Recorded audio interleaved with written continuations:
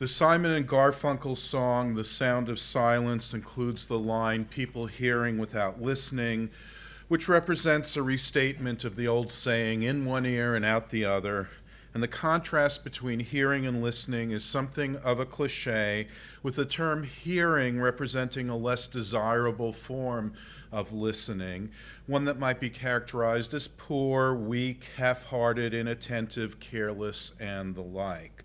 Now, the hearing versus listening dichotomy substitutes, however, for the more complicated notion that there are not just two, but many different types of listening, or listenings, and some are better or more effective than others. So consequently, the binary opposition stands as a vast oversimplification regarding the relationship between hearing and listening, and one that's ultimately misleading. Now, in the field of media ecology, the question of how we do things is paramount, and also the fact that different sensory organs function in entirely different ways becomes quite significant, especially in the work of scholars such as Marshall McLuhan, Edmund Carpenter, and Walter Ong.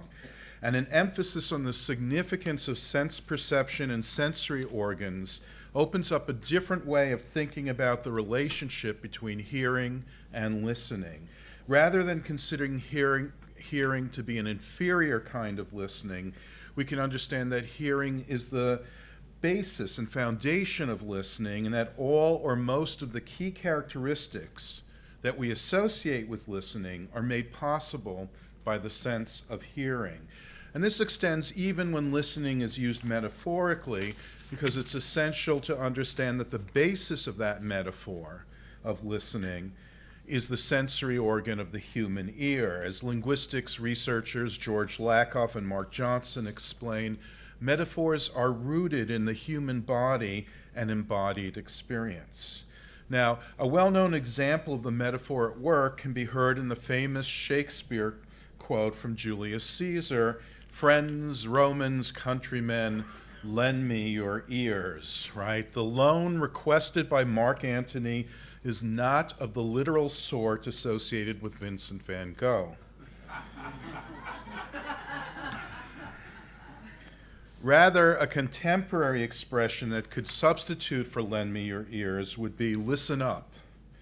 And another contemporary utterance, I hear you, does not simply refer to someone speaking with sufficient volume or clarity, but rather goes beyond the openness typically implied by listening to indicate comprehension and understanding.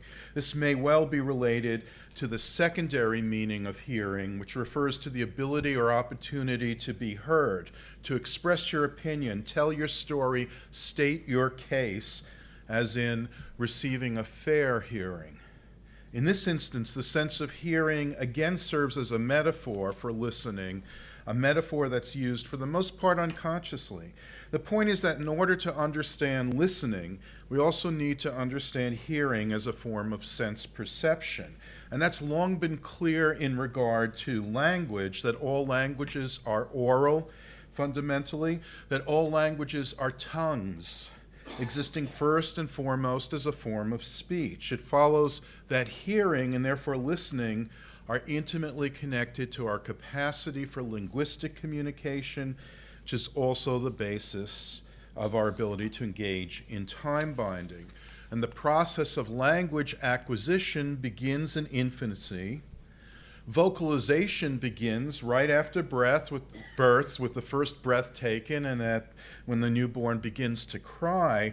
But hearing takes place prenatally, because the fluid medium of the womb is an excellent conveyor of sound, especially the sound of the mother's voice and heartbeat.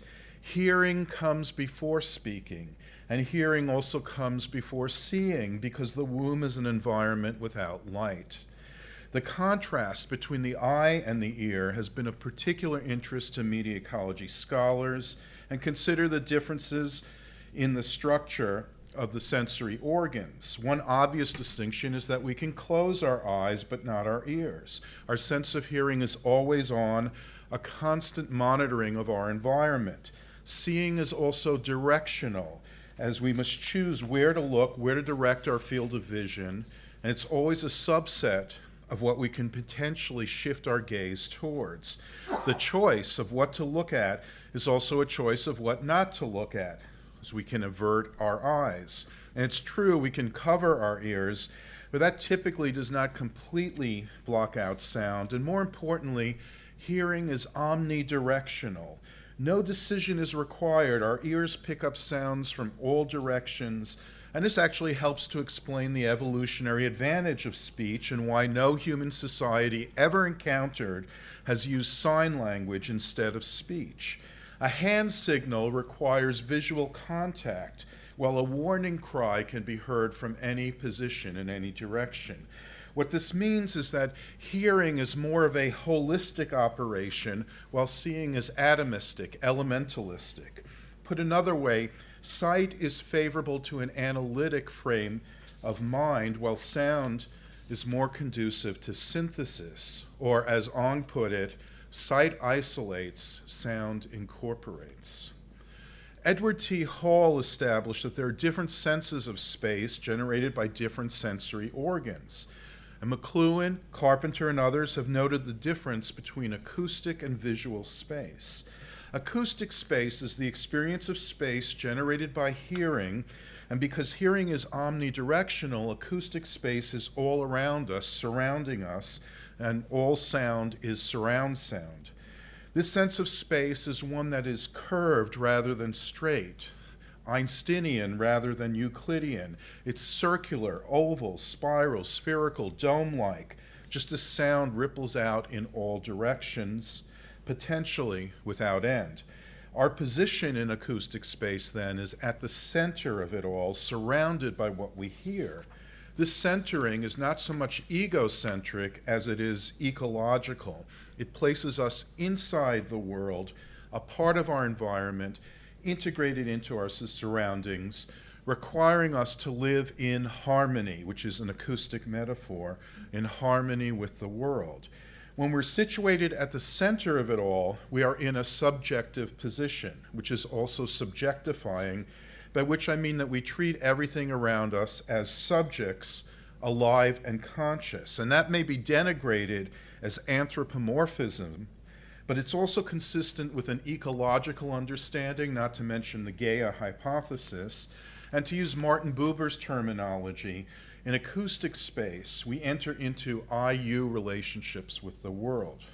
Now, the experience of space generated by the sense of vision, on the other hand, is unidirectional, dividing the world into bits and pieces, fragmenting the environment.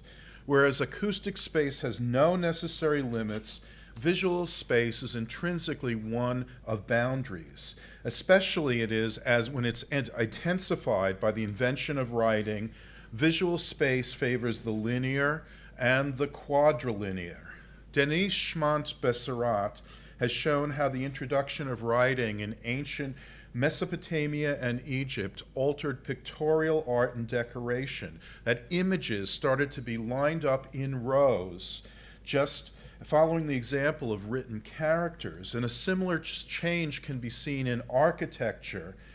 The typical structure of oral cultures is rounded or nonlinear, for example, the hut, the teepee, the igloo, while following the introduction of writing and the advent of literacy, straight lines and right angles increasingly come to dominate on all levels, from furniture and rooms to buildings and streets.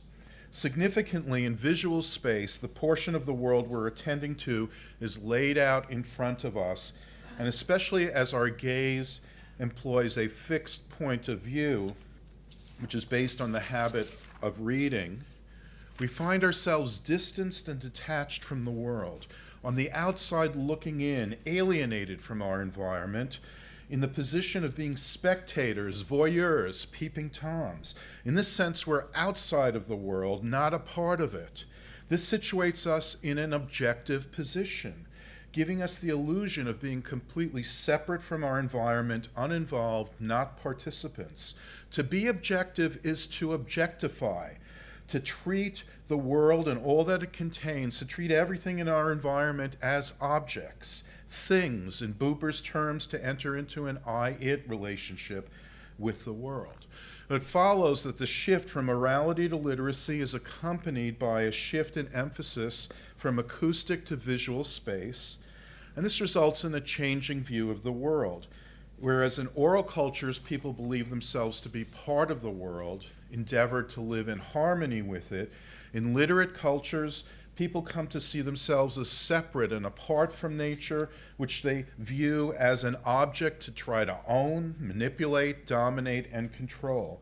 This is particularly characteristic of Western culture, defined as it has been by alphabetic literacy, and visualism especially comes to the fore with the printing revolution in early modern Europe, which was a necessary prerequisite for modern science and modernity in general.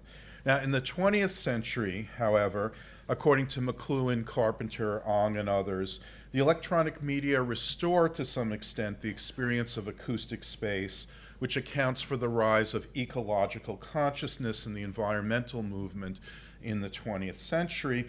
And I'd also like to suggest that it's no accident that listening emerges as a distinct area of interest and subject of investigation over the past half century. Rather, it's a natural response to our various forms of electronically mediated orality. In an odd way, while opportunities to listen and choices as what to listen to have increased over the past century, speech has waned in significant ways. The activity of public speaking has come to be feared more than death. Interest and respect for poetry has gone into steep decline, and the ability to engage in conversation, as Sherry Turkle notes, is the equivalent of an endangered species. Listening has moved from the background to the foreground, but we do need to improve our ability to listen to the mediated voices that clamor for our attention, the journalists, opinionists, and propagandists in particular. But there's also cause for concern when it comes to our ability to listen in face-to-face situations, in dialogue, in group settings, at lectures. While bringing listening to the fore, the electronic media also create unprecedented challenges to our ability to listen as we grow habituated to the slick, edited, altered, and amplified voices that lead us to expect a level of stimulation and amusement that cannot be matched in normal physical situations. And there is so much noise being generated that as much as we are listening and forced to listen, it becomes increasingly more difficult to pick out what we already need to listen to in a deliberate, critical, or what we really need to listen to in a deliberate, critical, and conscientious manner. So you might say that we now are actually people who are listening without hearing. Recognizing the auditory nature of listening helps us to understand its significance. Consider what might be the equivalent of listening in the visual sense. Is watching the same experience as listening? Is observing the same? Is regarding? If I say, I see you, is it the same as I hear you? Or consider the most pervasive metaphors in the humanities, originating from the modern languages and literary studies, that of reading, carrying a connotation of interpretation. Scholars produce readings of films, television, programs, songs. In this usage, reading is applied to objects, not subjects. Reading other people's nonverbal communication, their so-called body language, is not listening to what they're saying, but rather trying to detect the unconscious signals they're giving off, signals they themselves may not be aware of. That's what's meant by reading someone like a book. It is an objectifying act. The sense of sight connects us to the world of objects, and we value it greatly for its utilitarian functions. But the sense of hearing connects us not only to an aspect of our surroundings, but to other people. And while there are ways to compensate, nothing quite substitutes for the intimacy of sound. Hearing is communal, bringing people together as a group. When everyone is hearing the same thing at the same time, there's a sense of unity, whereas if everyone is asked to read the exact same thing at the exact same time, Even then, we read as isolated individuals. The communal quality of hearing also contributes to the association between sound and the sacred and the spiritual. So just to summarize, the sense of hearing can be characterized as holistic, nonlinear, unbounded, ecological, harmonizing, subjective, relational, communal, and spiritual.